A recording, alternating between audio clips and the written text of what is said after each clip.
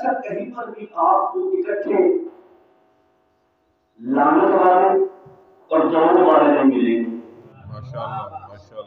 لیکن ایک مقام ایسا ہے، ایک مقام ایسا ہے کہ جس میں اللہ نے کہا ہے فَقُلْ تَعَالُوا، کہ ان سے کہو آؤ، ہم اپنے بیٹے لاتے ہیں، تم اپنے بیٹے لاؤ، یہی درود والے بھی آ رہے ہیں۔ جب مسلمان نبتہل جب مباہلت کرنے پھر کیا کرے فَنَجْعَلْ دَعْوَةَ اللَّهِ عَلَى الْكَاذِبِينَ، یعنی یہ وہ واحد آیت ہے توجہ نہ پڑھا تھی، یہ وہ دوسرے لفظوں میں کہا جائے کہ یہ واحد آیت ہے کہ جس میں درود والے بھی ہیں اور اللہ لعنت کا تذکرہ بھی کر رہا ہے کہ یہ درود والے ہیں۔ اچھا جب ترجمہ کیا جاتا ہے سمجھ نہیں آتی، ابناءنا ترجمہ کر لیا، ونساءنا ترجمہ کر لیا، وانفسنا، انفسنا کا ترجمہ نہیں کیا جاتا۔ ذرا مفسرین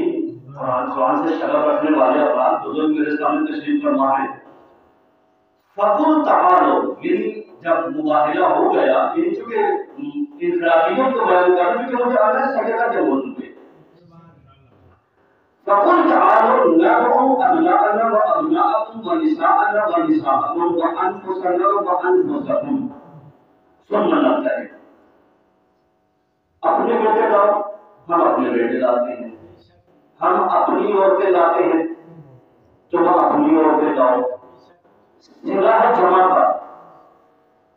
صیغہ ہے جمع کا، نساءنا ونساءکم، تم اپنی عورتیں لاؤ، ہم اپنی عورتیں لاتے ہیں، لیکن ادھر سے جو درود والوں کی طرف سے گئے کتنی ہے خواتین؟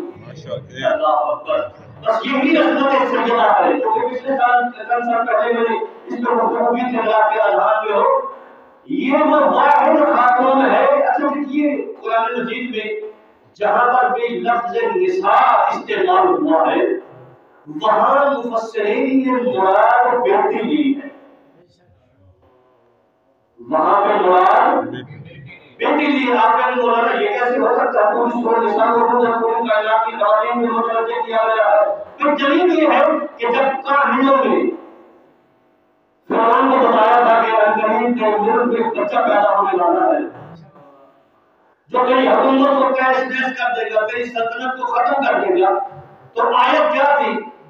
آیت یہ تھی کہ یذبحون ابناءکم ویستحیون نساءکم، بچے مار دیے جائے۔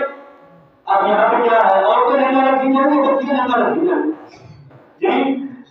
یستحیون نساءکم، یعنی جو بیٹے پیدا ہو انہیں مار دیا جائے، جو بیٹیاں پیدا ہو انہیں زندہ رکھا جائے۔ تو یہاں پہ نساء سے مراد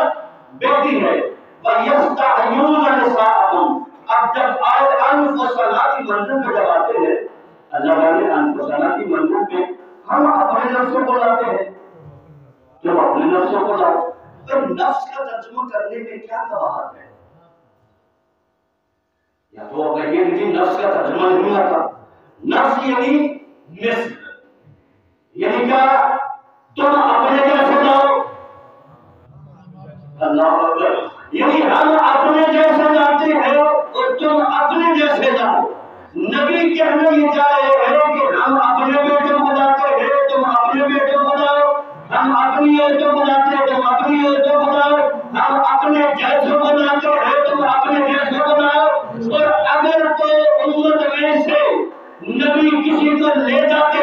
تو پھر تو حضرت کو حق تھا کہ کہتے کہ چونکہ نبی نے کہا تھا کہ تم اپنے جیسے لاؤ،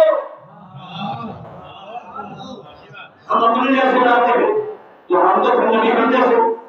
لیکن وہاں پہ صرف ایک ذات مولا متقیان، صرف وہ ذات ہے کہ جس کو بولنے کے سماپن محمد علیہ وسلم